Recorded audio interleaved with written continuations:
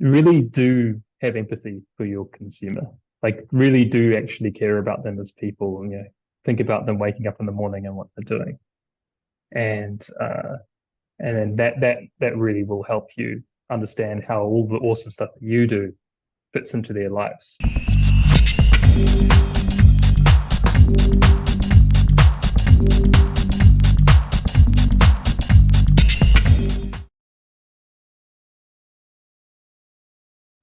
Kia ora team, Richard Liew here, editor at nzentrepreneur.co.nz. Today on the Knowledge Base, I'm talking to Callum Robertson. Callum is from a business called Hardwired. He's based in Wellington today, and he's going to be talking to us about some pretty fascinating stuff around what makes us as customers tick. At least we're going to try and get into that. So Callum, yeah, looking forward to this chat. For those who haven't heard of Hardwired, can you tell us who it is you work with, and what are some of the problems you help them solve? Well, basically, we work with any business that relies on customer-driven growth and with a focus on building customer education and customer advocacy. So really making a really good, long-lasting connection. We've worked with quite a number of businesses, mainly in New Zealand. We've got Q and Arepa in Auckland. We work with Weta Collectibles. Weta is massive, but we work with their collectibles department.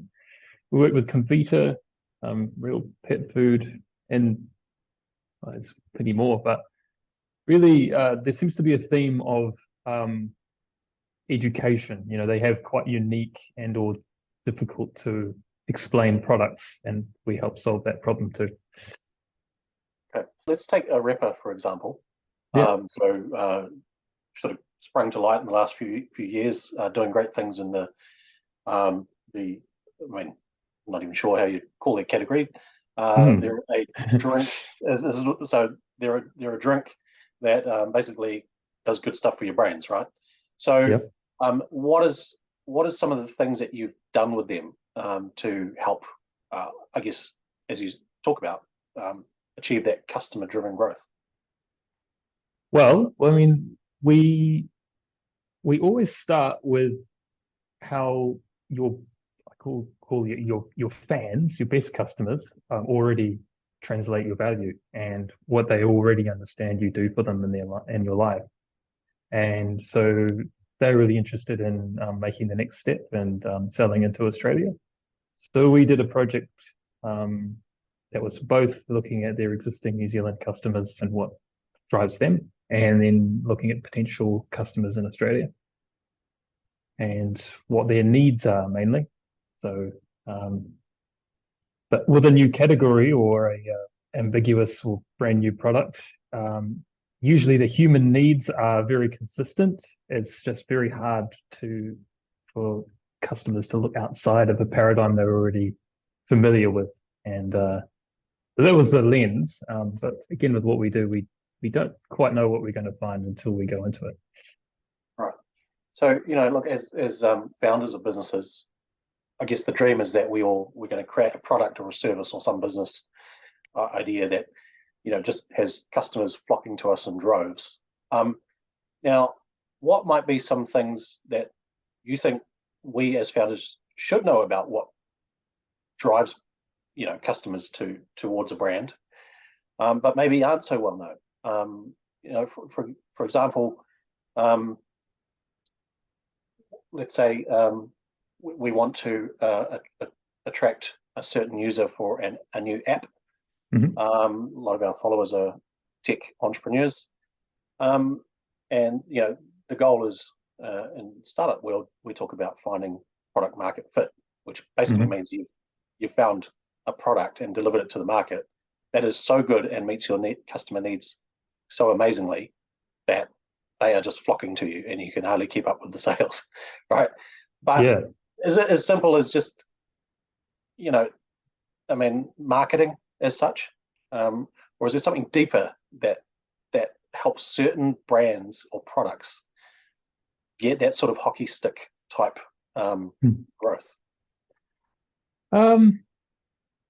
We really specialize in the emotional state of consumers. So, I mean, what challenges that we find with today's world is that there's just so much radical shifting and channel factoring and demographic shifting and stuff that marketing can be logistically extremely difficult. But the human mind is still the same. It evolves much slower than tech.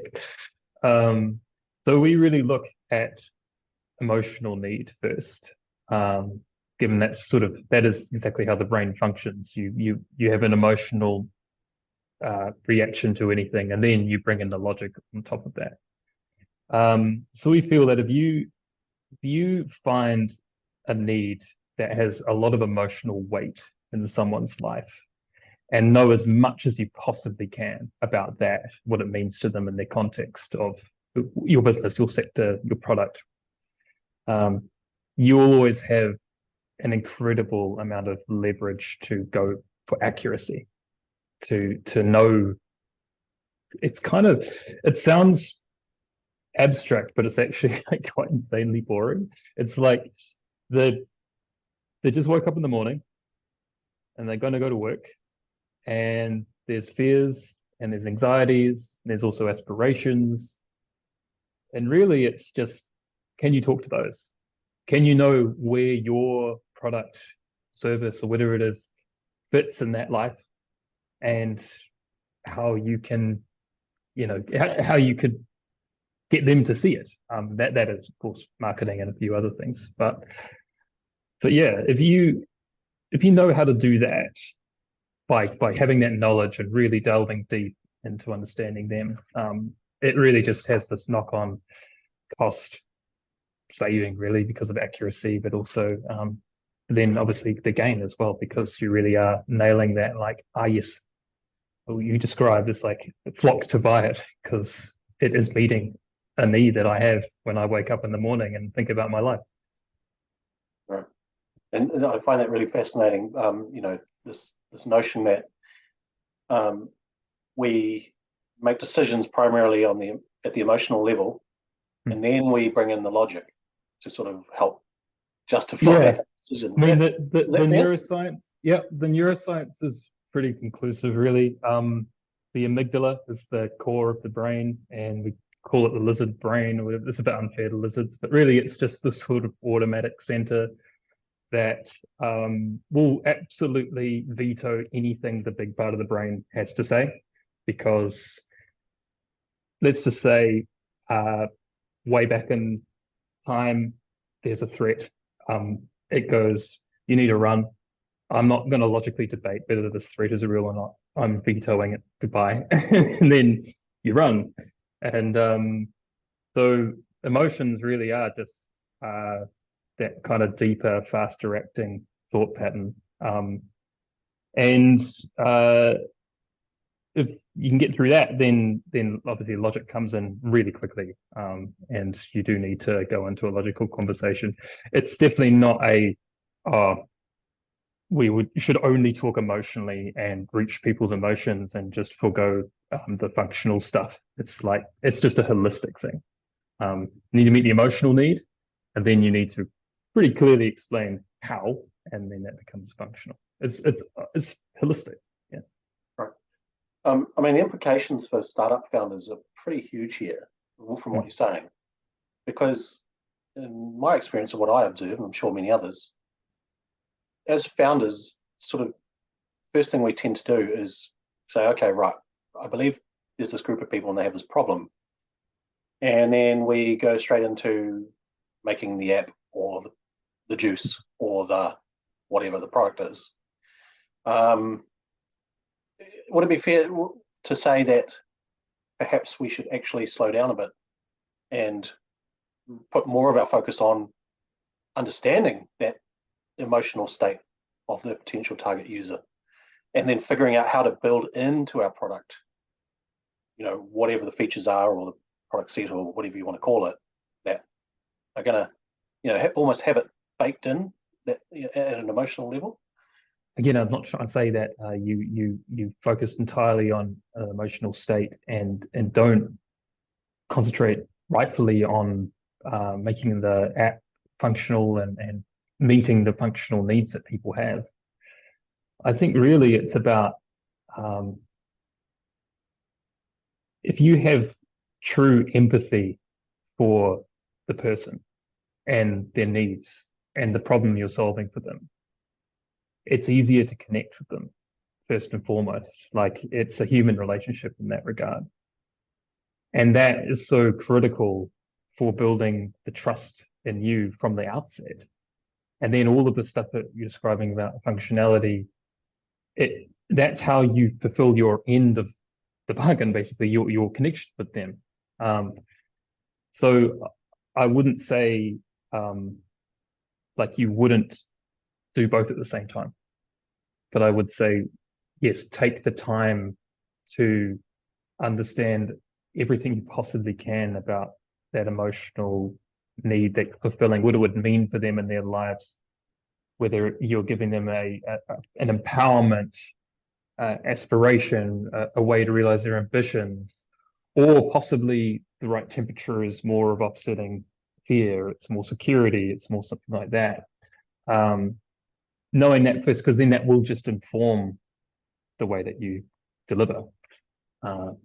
Yeah. There's an article you guys wrote sort of recently, and there's a statement that really jumped out at me. I'm just going to read it now. It says, despite emotional connection having been proven to have bottom line impact, most businesses default to conversations around function, price, value for money, and what competitors do or don't have by comparison. So sort of to round up our chat here, what is the antidote to that? Like, if that's what people are doing wrong, then what really should we be focusing on instead? Well, yes, that line, yeah. I was talking a lot about how a lot of businesses we've worked with, they think they need to fight tooth and nail against competitors and position themselves almost in the negative space that is left by competition. And it doesn't really help people understand what makes them special and unique and the reason why you should start trusting this business and what awesome thing they have to offer you. And I feel it also comes down to, there are emotional triggers involved with price and things like that are well known.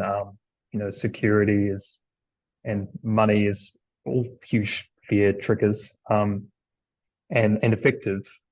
But really, all you're doing is you're drawing attention to the cost rather than the gain. You're drawing attention to the fact that even though you're paying less money, you're still spending money, and that's the main thing you're thinking about. And you're not doing anything to say, well, here's this really awesome thing that we offer and how it will impact your life. And yeah, so it's sort of that, like it's more of a realizing what your true potential could be type situation there. Awesome. Cool. Well, look, I feel like I could talk about this for ages because it's such a fascinating and deep topic. I know we're only scratching the surface here. But look, thank you so much for your time today. It's been a real pleasure talking to you.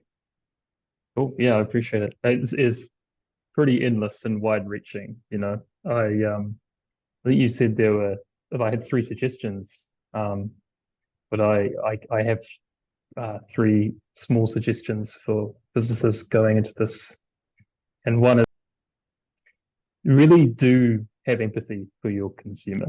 Like really do actually care about them as people and think about them waking up in the morning and what they're doing. And then that really will help you understand how all the awesome stuff that you do fits into their lives. And they will, and because you want them to see it. You want to have this good relationship with them. And the other thing I would say is context matters, the bigger context. This is why we could have talked for ages, and that the mood of people, the mood of the world, it does actually have a big impact. So, I was going to say something like, on the price point stuff, if there is a lot of fear, just be wary of that, because you might just be contributing to someone's doom and gloom, whereas what you're actually offering them is a way to turn that around. Yeah. Awesome. Cool. Well, thank you so much. That was Callum Robertson. He's from Hardwired. And we'll put a link as well to the article I mentioned. Some fascinating reading. Thanks once again. Thank you very much.